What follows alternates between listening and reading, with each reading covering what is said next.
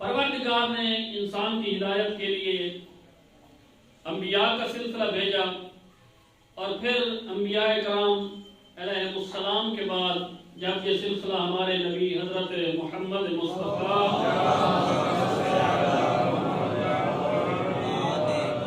پر اختتام پذیر ہوا، تو پھر پروردگار نے سلسلہ امامت رکھا کہ جس کی اصول اور جس کی تمام تر ادلہ قرآن مجید اور پیغمبر کے فرمان اور آیتوں کے مطابق ثابت شدہ ہیں۔ یہ سلسلہ امامت قیامت تک جاری رہے گا۔ امام نبی کا کام تھا دین کا ابلاغ کرنا، اور امام کا جو فلسفہ ہے، امام کے موجود ہونے کا جو سبب ہے، جو وجہ ہے، جو پروردگار نے حکمت رکھی ہے، وہ قیامت تک دین کو محفوظ رکھنا ہے۔ اور اس امامت کے سلسلے کو پروردگار نے دو حصوں میں تقسیم کیا۔ ایک حصہ حضور کا تھا کہ جب امام عام لوگوں کی نظروں کے سامنے موجود ہوتے تھے اور وہ ان کو دیکھ سکتے تھے، ان سے پوچھ سکتے تھے، ان سے سن سکتے تھے دینی مسائل۔ اور ایک زمانہ غیبت کا رکھا کہ جس میں امام عام انسان کی ان ظاہری آنکھوں کے سامنے نہیں ہوتا، پردے میں ہوتا ہے، اور اس مرحلے پر عام انسان سے امام غائب ہوتا ہے، امام عام انسان سے غائب نہیں ہوتا۔ اور مثال کتنی دفعہ میں ذکر کر چکا ہوں، وہ بادل والی مثال۔ ان دونوں زمانوں کے اندر بعض مشکلات ہیں اور بعض آسانیاں ہیں۔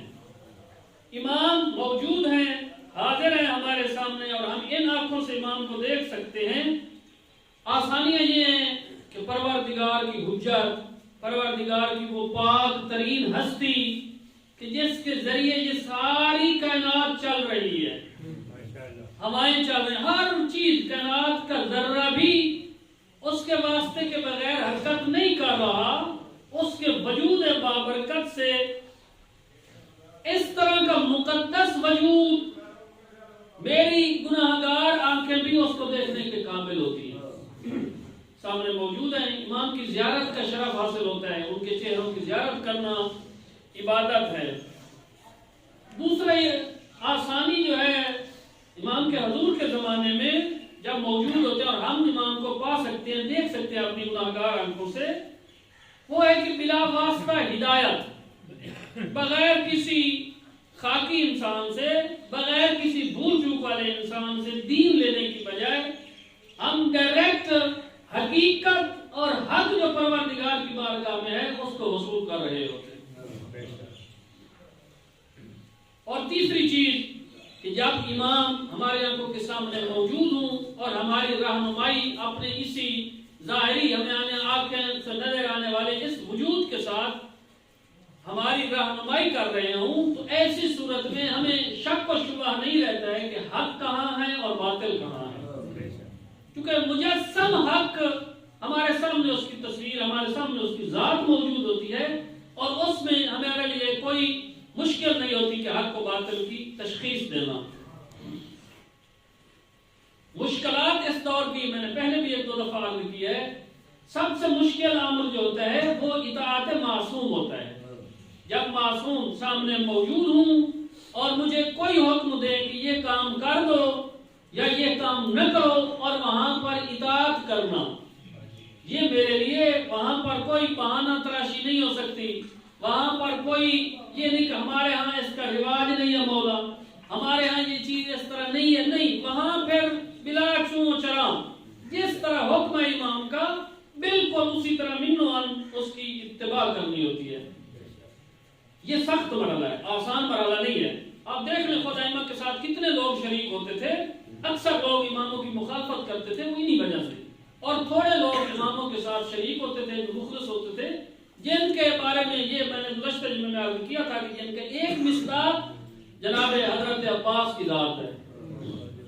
کہ کسی مرحلے پر انہوں نے معصوم کے سامنے کوئی مشورہ نہیں دیا، کوئی رائے نہیں دی، مسلسل اطاعت ہو رہی ہے،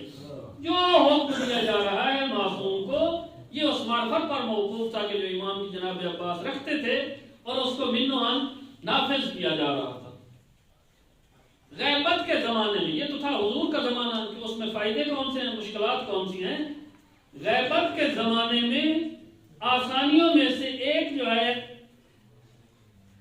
کہ ظاہراً ممکن ہے ایک بندے تک امام کا وہ پیغام ڈائریکٹ نہ پہنچ سکے اور اس پر حجت نہ ہو سکے تمام،